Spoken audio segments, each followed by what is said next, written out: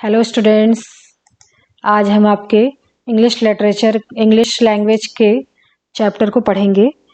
ये एक ऐसे है जो कि थॉमस हेनरी हक्सले ने लिखा है और ये जो ऐसे है इसका नाम है ऑल मेन आर साइंटिस्ट। ये आपके इंग्लिश लैंग्वेज में चैप्टर है। ये इसका हम लोग पहले समरी इन हिंदी पढ़ेंगे और इसका फिर क्वेश्चन आंसर डिस्कस करेंगे। Okay, both in Hindi and English. So let's begin. अब इस ऐसे के जो राइटर हैं वो है थॉमस हेनरी हक्सले। ओके, अब ये एक जीव विज्ञानी होते हुए भी स्वभाव एवं रुचि से एक साहित्यकार थे। मतलब एक्चुअल में थॉमस हेनरी हक्सले क्या थे, वो एक वैज्ञानिक थे, लेकिन वो उनके मन में एक साहित्यकार का भी गुण था, तो इसलिए उन्होंने ऐसे भी लिखा है, ये ऐसे को लिखा है। उनके अनुसार, हक्सले के अनुसार सभी व्यक्ति वैज्ञानिक हैं। उनका मत था कि एक साधारण व्यक्ति भी अपने जीवन में दैनिक अनुभवों के जरिए और क्रियाओं में वैज्ञानिक पद्धतियों का अनुकरण करता है, अतः सभी मनुष्य स्वभाव से वैज्ञानिक ही हैं, ये उनका मत था। वह कच्चे सेबों या फल का उदाहरण देता है और निष्कर्ष निकालते हैं कि सभी हरे एवं कच्चे सेब खट्टे होते हैं। यह निष्कर्ष उसने आगमन विधि से निकाला है। आगम दर्शन या बेकोनियन वैज्ञानिक बेकन के अनुसार दर्शन का अर्थ है कि हम अपने लगातार एक से अनुभवों के द्वारा सामान्य निष्कर्षों पर पहुंचते हैं। अब ये साइंटिफिक है थोड़ा सा। एक दूसरी पद्धति है निगमन विधि, जिसमें हम सामान्य नियम को एक काल्पनिक मान्यता के रूप में लेते हैं, बाद में उस नियम को अपने प्रयोगों एवं अनुभवों से परखते हैं। अतः कवि ये मतलब जो राइटर है कहते हैं कि हम विवेक से वैज्ञानिक तथ्यों की जांच करते हैं।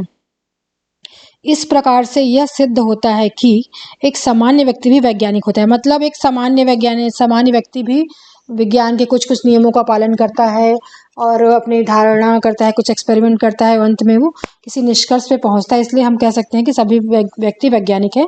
अब इस ऐसे का हम कंप्लीट समरी पढ़ते हैं हिंदी में। समरी इन हिंदी। वैज्ञानिक खोजें जादू नगरी के समान नहीं हैं। इसमें अधिक छल भरी बातें नहीं हैं जो कि वैज्ञानिक खोजों एवं आविष्कारों के विषय में कही जाती हैं। मतलब जो एसाइस्ट हैं वो कह रहे हैं कि विज्ञान कुछ जादू नगरी के समान नहीं है, कुछ छल भरी बातें नहीं है। विज्ञान में सब कुछ क्या है, बहुत ही कठिनता से खोजा जाता है, आविष्कार किया जाता है। सामान्य रूप से लोग बेकन को विज्ञान का मुख्य खोजी मानते हैं, पर ऐसा नहीं है। बेकन को एक साइंटिस्ट माना जाता है, एक खोजी माना जाता है, लेकिन इस एसाइस्ट हक्सले के अनुसार ऐसा नहीं है। वैज्ञानिक खोजों की विधि मनुष्य के मस्तिष्क के काम करने की विशेष प्रक्रिया के अतिरिक्त अन्य कुछ नहीं है। अब वो कहते हैं कि वैज्ञानिक की जो विधि है, वैज्ञानिक विधि मनुष्य में जो काम करने की एक क्षमता है, एक प्रक्रिया होती है, एक प्रोसेस होता है, उसके अलावा कुछ नहीं है। इसके द्वारा ठीक प्रकार तथा सही तरीके से चीज़ों के बारे में सोचा जाता है। वो कहते हैं साइंटिफिक विधि के द्वारा हम किसी भी चीज़ को सही तरीके से खोज सकते हैं, जान सकते हैं। वास्तव में वैज्ञानिकों के मस्तिष्क तथा साधारण मनुष्यों के मस्तिष्क के सोच में कोई विशेष अंतर नहीं है।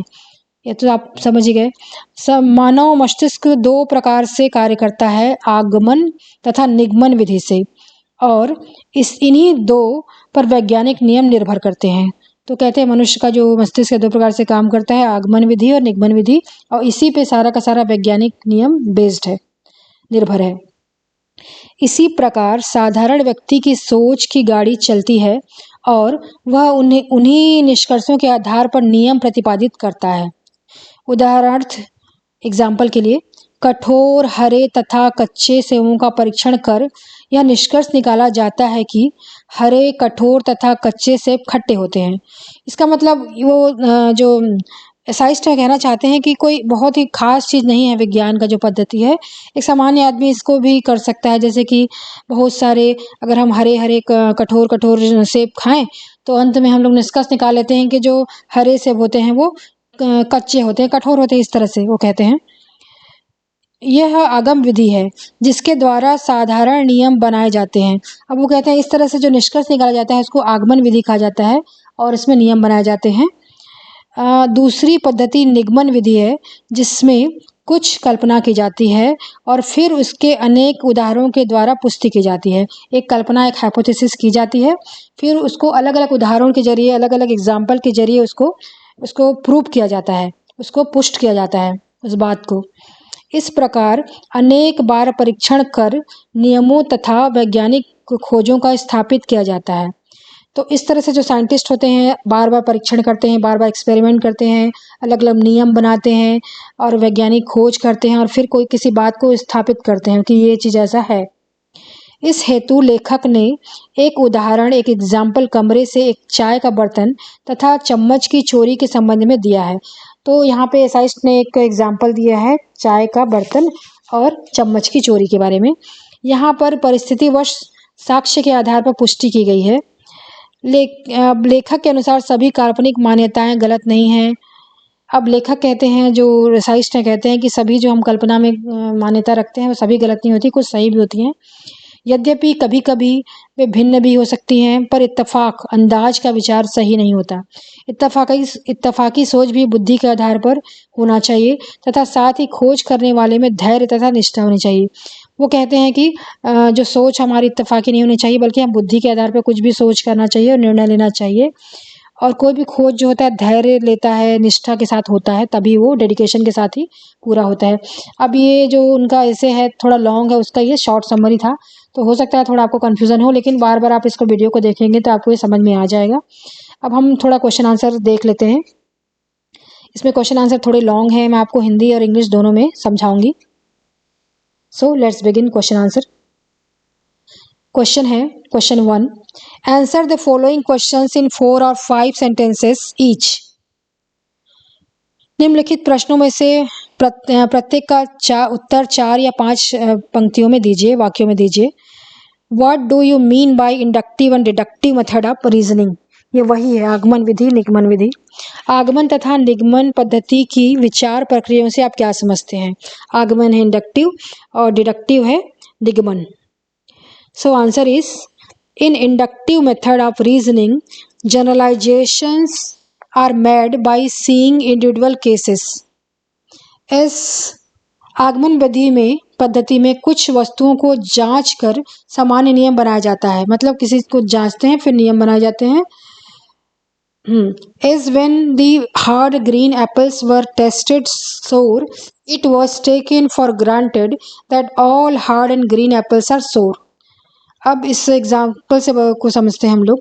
जैसे कि कुछ हरे एवं कठोर सेबों को चख कर पाया गया कि वे खट्टे हैं, तो यह निर्णय कर लिया गया कि सभी कठोर एवं हरे सेब खट्टे होते हैं।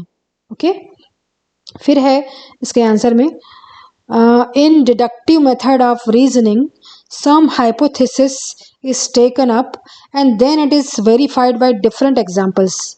निगमन विधि में पद्धति में कुछ परिकल्पनाएं कर ली जाती हैं, कुछ हाइपोथेसिस कर ली जाती हैं और तथा उनको अलग अलग एग्जाम्पल के जरिए जांच किया जाता है, फिर किसी निष्कर्ष पे, किसी कंक्लूजन पे पहुंचा जाता है। तो ये आपकी ये इस 5 लाइन की आंसर का मैंने आपको हिंदी में समझाया। आपको एग्ज़ाम में हिंदी में नहीं लिखना है, ये समझने के लिए बस है। आप हिंदी में समझ जाइए वीडियो देखकर और उसके बाद अपना आंसर सिर्फ और सिर्फ इंग्लिश में ही लिखिएगा। Question number 2. What is the basic difference between the working of a scientist and that of an ordinary individual? एक वैज्ञानिक के तथा साधारण व्यक्ति के काम करने के तरीके में मूलभूत अंतर क्या है, ये क्वेश्चन है। Answer is, it is absurdly wrong to presume that there is a great difference between the way of thinking of a scientist and that of an ordinary man.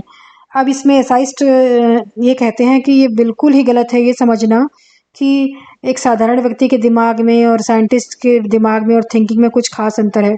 कुछ खास अंतर नहीं है, ऐसा वो कहते हैं। The difference between the two methods में be compare to the way of baker.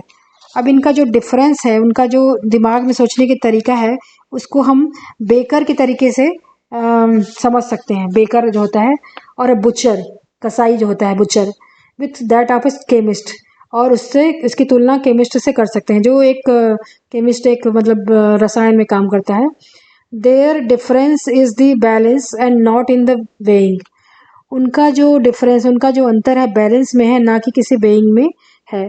मतलब हाँ, ये scientist thinks precisely and exactly while N ordinary man does not do so. जो साइंटिस्ट होता है एग्जैक्टली एकदम बारीकियों का ध्यान रखता है, एग्जैक्टली वही सोचता है, बल्कि ऑर्डिनरी मैन क्या है, एकदम बारीकियों पे नहीं जाता है ना। और इनका जो अंतर है सिर्फ तराजू में है, ना कि तौलने की विधि में। तराजू का वो है ना, जो साइंटिस्ट है उसका बहुत ही सूक्ष्म रहेगा, बहुत ही माइन्यूट रहेगा कहना चाहिए, जो एकदम छोटा से डिफरेंस को माप लेगा, बल्कि ऑर्डिनरी मैन है उतना माइनर डिफरेंस को वो नहीं ध्यान देगा। इस तरह से है। Now let's move on to question number 3. How are hypotheses made by ordinary people? How are these hypotheses different from those of the scientist? सामान्य लोगों द्वारा परिकल्पनाएं कैसे बनाई जा रही हैं? ये परिकल्पनाएं मतलब हाइपोथेसिस किसी वैज्ञानिक की परिकल्पनाओं से कैसे अलग हैं? अब इसको समझते हैं। इसमें क्वेश्चन थोड़े लंबे लंबे हैं। An ordinary man makes a hypothesis by a simple train of reasoning having both inductive and deductive approach, as for example in the case of stealing a teapot and a spoon. अब एक साधारण व्यक्ति अपनी परिकल्पनाओं को अपने विचार करने की शक्ति के द्वारा स्थापित करता है, जिसमें दोनों आगमन और निगमन विधि का समावेश होता है, जैसा कि चाय के बर्तन तथा चम्मच की चोरी का प्रकरण है। मतलब इसका जैसे इसका मामला है चाय की चम्मच इसका करके।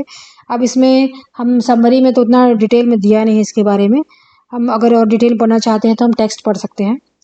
By seeing some of the circumstances evidences we come to the conclusion that someone has entered the room and had stolen the teapot and spoon.